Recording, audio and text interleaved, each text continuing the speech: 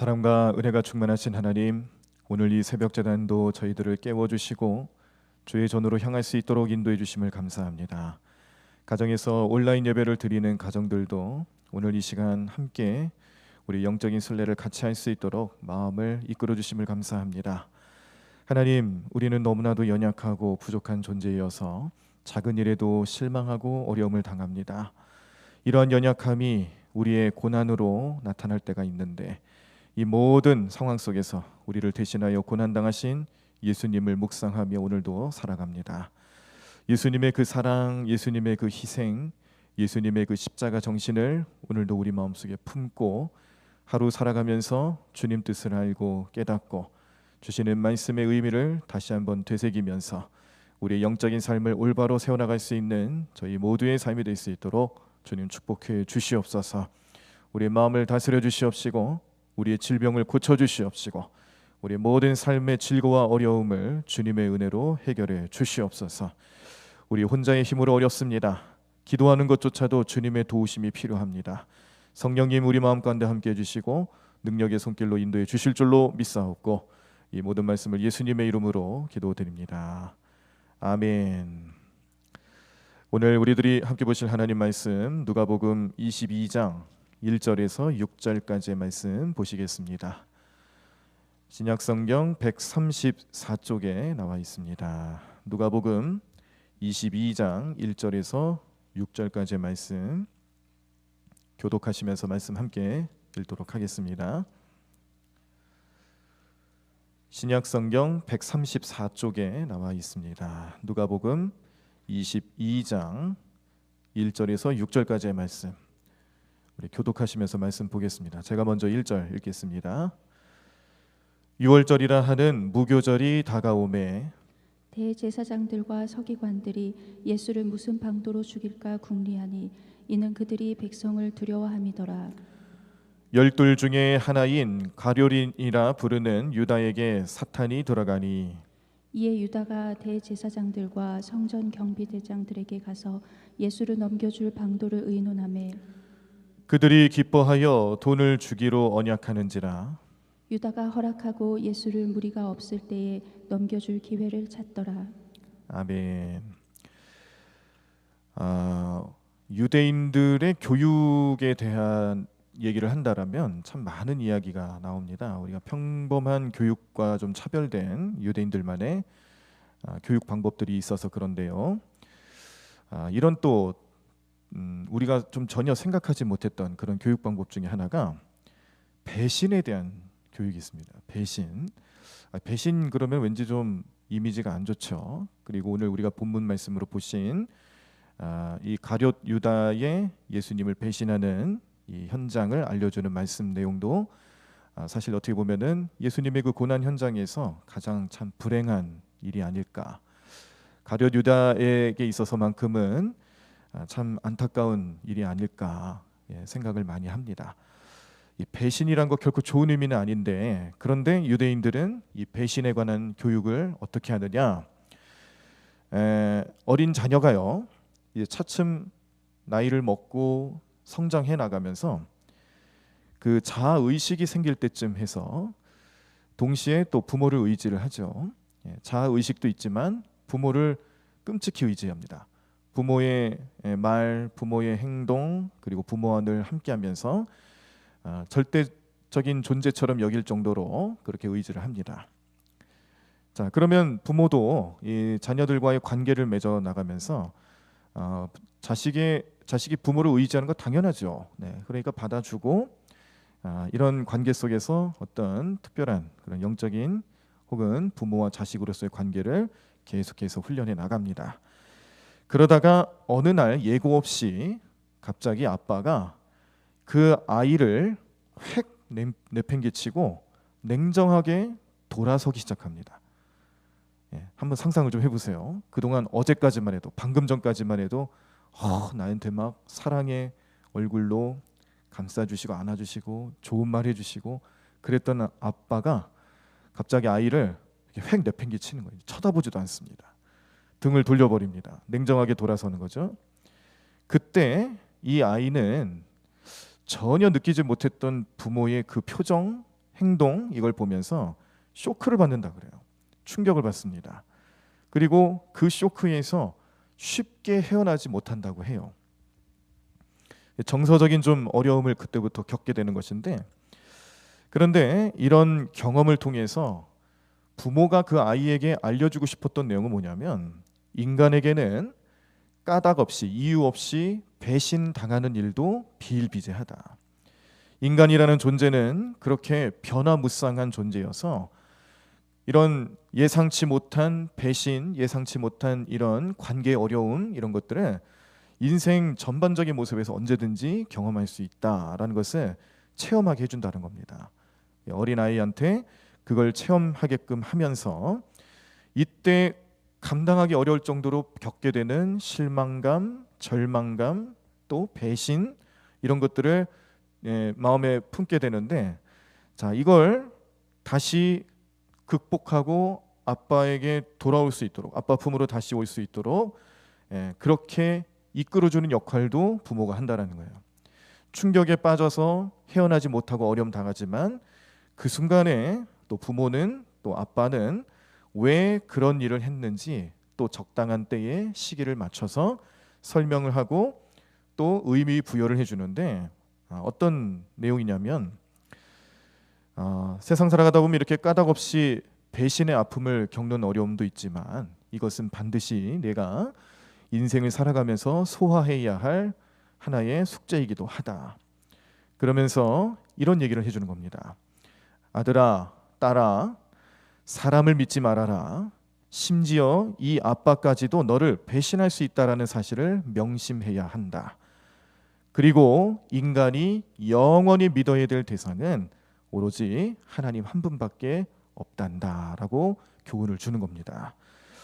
자, 유대인들이 왜 이런 교육을 하기 시작을 했을까요? 유대인들의 역사를 가만히 살펴보시면 2000 몇백 년 동안 나라 없는 서름을 딛고 살아갔던 그들의 민족성을 생각해 보면 이런 교육이 필요했을 것이다라는 예상을 할 수가 있겠습니다. 지금은 세계를 이끌어가는 강대국으로 거듭나서 여러 석학, 경제 대국, 그리고 노벨상을 타는 사람들의 비율의 30% 이상이 유태인일 정도로 어마어마한 민족성을 지금 보여주고 있지만, 그 전까지는 어땠습니까? 나라도 없어서 빌부터 살아가야 되는 그들의 현실, 이런 모든 상황 속에서 자녀들을 향해서 우리의 민족이 왜 이런 어려움을 당하는가, 또 관계 속에서 나타나는 이런 어려움 속에서 어릴 적부터 그렇게 훈련받고 그들이 꼭 기억해야 될 삶의 과제는 무엇인가를 이 배신이라는 교육을 통해서 알려주고 있었다는 겁니다. 그러니까 예상치 못한 일에 있어서 충분히 그 일을 잘 견디고 훈련받기 위해서, 연단받기 위해서 가정에서부터 벌써 이 배신에 대한 개념과 또 의미 부여를 해주고 있다는 거죠. 오늘은 고난주간의 수요일입니다. 수요일에 예수님은 무슨 일을 하셨을까? 말씀에 어떤 일을 하셨는지 정확하게 그렇게 나타나진 않습니다. 그런데 우리가 예상하고 또 이런 일이 있을 법한 사건이 이런 거 있겠구나라고 예상할 수 있는 것은 아마도 화요일이나 아니면 수요일쯤 이 가룟 유다가 예수님을 배반하는 모습을 예상하는 거죠. 오늘 우리가 본문 말씀으로 보신 내용이 바로 그 내용인데, 예수님의 12제자였고 또 예수님과 함께 했던 그가 예수님을 배신하는 일을 아마 이 화요일이나 수요일쯤 하지 않았을까 예상하는 겁니다. 자, 그러면 왜 가룟 유다가 자기 스승을 유다의 종교 지도자들에게 팔아넘기는 그런 배신을 했을까? 여기도 참 여러 가지 이유를 예상할 수가 있습니다. 성경에 나타나 있는 이유들뿐만 아니라 우리가 여러 가지 정황들을 좀 유추하면서 생각할 수 있는 것들 5가지가 있는데, 첫 번째는요, 질투심 때문에 배신했을 것이다라는 예상입니다. 가룟 유다가 12제자 중에 높은 지위에 있긴 했었어요. 그가 돈 맡은 자였고 그만큼 돈에 눈이 밝은 사람이기도 했지만 돈을 함부로 맡기지 않잖아요. 이 돈을 관리하고 만든 사람은 그만큼 또 신뢰를 얻는 사람이죠. 어제 우리가 달란트 비유에 대한 말씀을 보시면서도 달란트를 맡긴 것 자체가 무한한 신뢰라는 것을 설명을 해드렸습니다. 그만큼 유다에게 있어서도 12제자 가운데 신뢰를 받는 사람이었다는 겁니다. 자, 그런데 베드로나 요한이나 야고보만큼은 아니었던 거예요. 이 베드로, 요한, 야고보는 항상 예수님과 중요한 일이 있을 때, 특별한 경험을 할 때 같이 했던 제자들입니다. 소위 말하는 수제자 중에서 특별히 이 구별되는, 다른 제자와는 좀 차별이 있는 그런 그룹에 속해 있던 사람들인데, 아마도 이 가룟 유다가 이 수제자 그룹에 자기가 포함되지 못한 것에 대해서 질투심을 느끼고, 그 질투심은 노로 발하게 되고 화가 나게 하고, 그 화남 또 분노가 결국에는 미움으로 변해서 예수님을 배반했을 것이다 라고 예상하는 심리학적인 해석을 할 수도 있습니다. 자, 두 번째 예상은 유다가 판단 착오를 해서 배신했다라는 겁니다. 자, 유다는 다른 제자들보다 정세 판단에 밝은 사람이었다고 합니다. 자신이 판단할 때에 지금 이 사태, 지금 로마 정부가 지금 지배하고 있는 이 그 유대 지역에 예수님이라는 또 다른 영적 지도자가 태어난 거죠. 그런데 이 둘 사이에서 이 완력 다툼이 계속 불가피해질 것이다.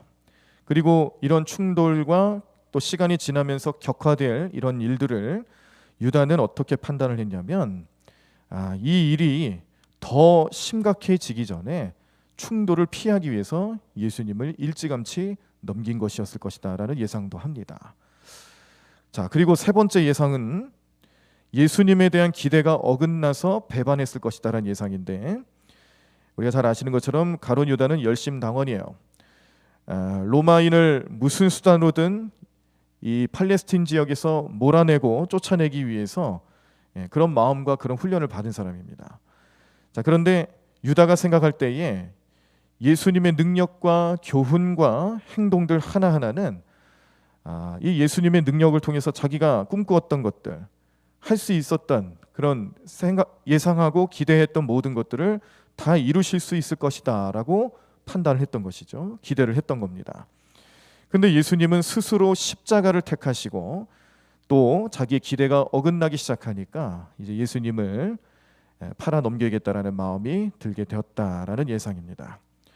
자, 네 번째로 예상할 수 있는 것은 역시 이제 열심당원으로서의 그림, 큰 그림을 가지고 있는데, 그런데 예수님께서 그런 능력을 가지고 로마 제국을 막 격파하고 무력으로 맞설 줄 알았지만 그런 모습이 없으니까 이제는 극단적인 방법을 써서 예수님의 능력치를 끌어올려야겠다라는 판단을 한 겁니다.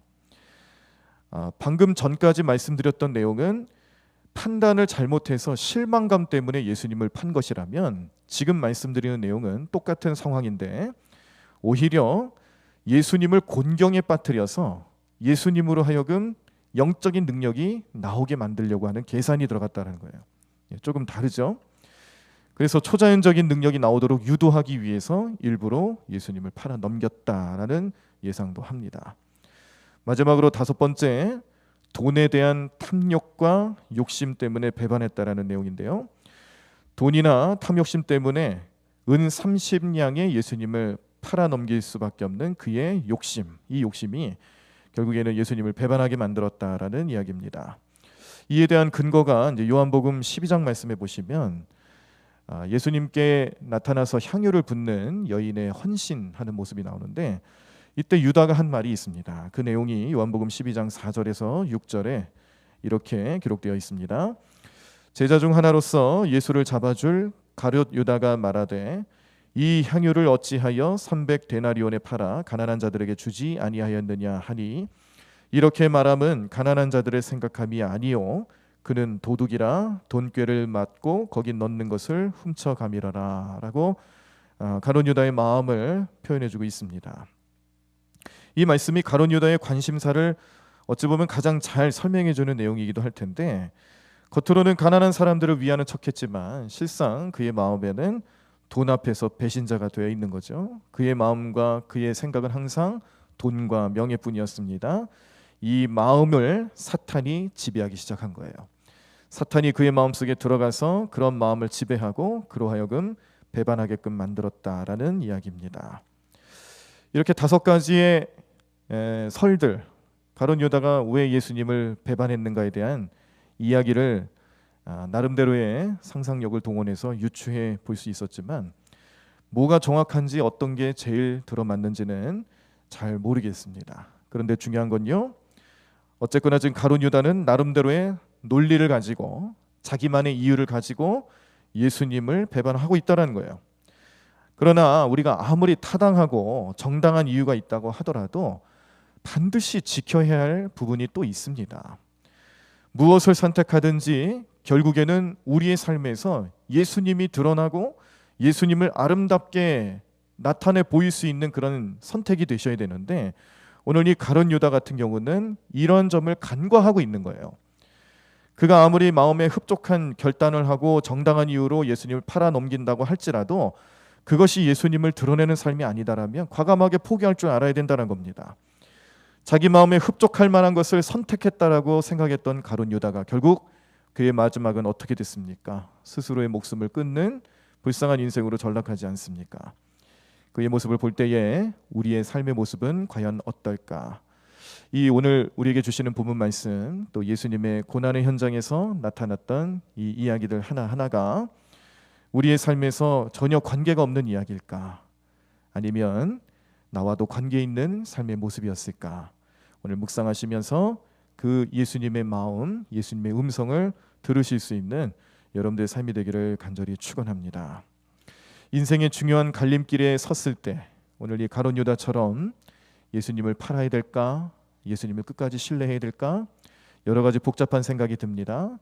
자기의 감정적인 문제도 있고 주변의 환경적인 문제도 있고 기대치에 못 미치는 문제도 있었고 자기의 계산이 어긋났다는 것을 드러냈다는 문제도 있고 무엇보다 자기의 관심사와 예수님의 관심사가 다르다 보니 가야 할 길이 달라요.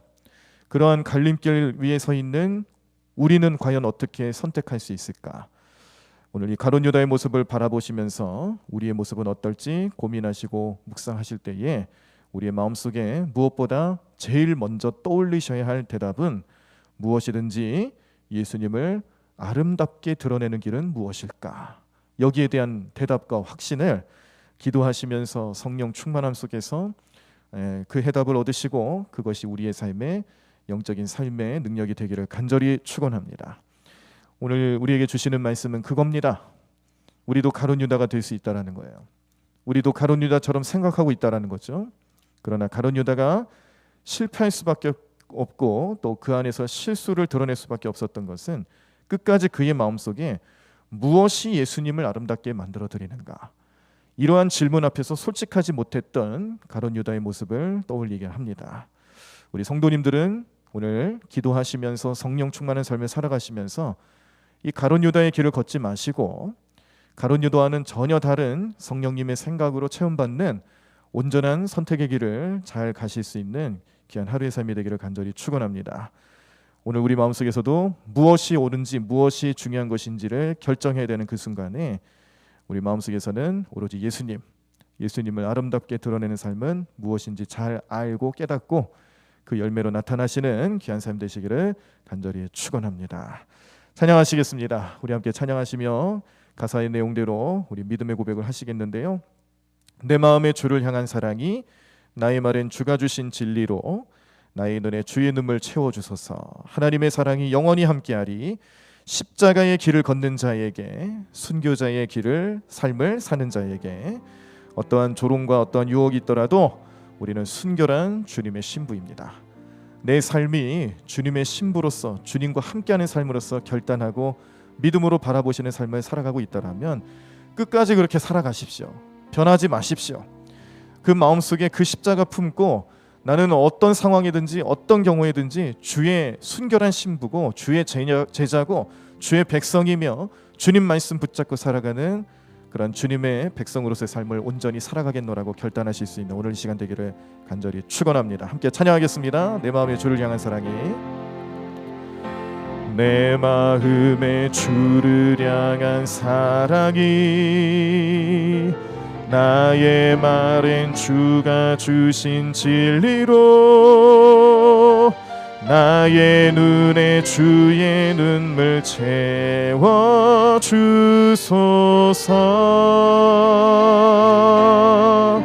내 입술에 찬양의 향기가, 내 입술에 찬양의 향기가,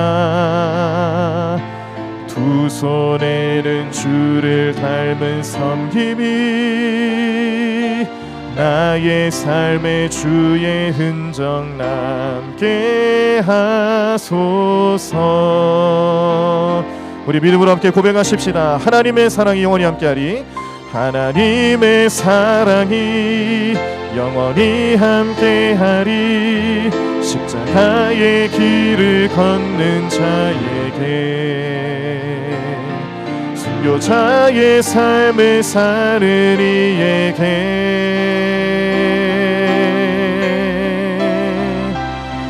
조롱하는 소리와 세상 유혹 속에도 주의 순결한 신부가 되리라. 내 생명 주님께 드리리. 우리 다시 한번 찬양하겠습니다. 내 마음에 주를 향한 사랑이, 내 마음에 주를 향한 사랑이, 나의 말엔 주가 주신, 나의 말엔 주가 주신 진리로 나의 눈에 주의 눈물 채워주소서. 내 입술에 찬양의 향기가, 내 입술에 찬양의 향기가, 두 손에는 주를 닮은 섬김이 나의 삶에 주의 흔적 남게 하소서. 하나님의 사랑이 영원히 함께하리. 하나님의 사랑이 영원히 함께하리. 십자가의 길을 걷는 자에게, 순교자의 삶을 사는 이에게,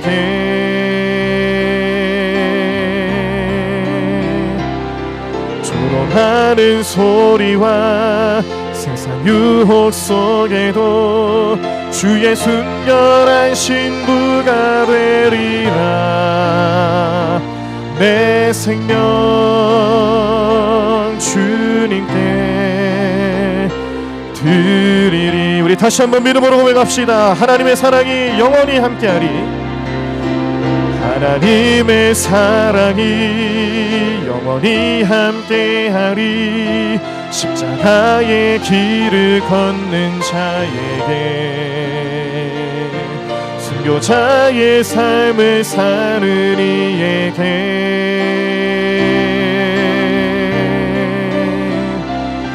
조롱하는 소리와 세상 유혹 속에도 주의 순결한 신부가 되리라. 내 생명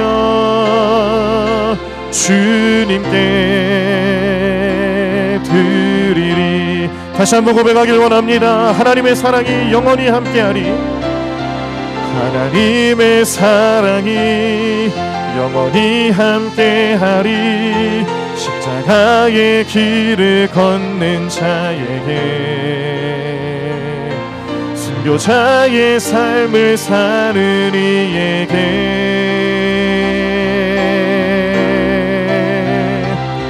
조롱하는 소리와 세상 유혹 속에도 주의 순결한 신부가 되리라. 내 생명 주님께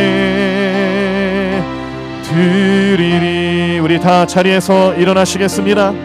오늘도 우리가 함께 기도하실 때에 무슨 일을 선택하든지 먼저 예수님을 아름답게 드러내는 길인지 고민하고 선택하게 해달라고, 그래서 내가 언제든지 예수님을 높아지게 하는 삶의 주인공이 될 수 있도록 역사해달라고, 언제나 주님만을 드높이는 삶으로 나아갈 수 있도록 우리의 믿음과 우리의 마음을 정하게 해달라고 오늘 뜨겁게 부르짖으며 통성으로 함께 기도하시겠습니다.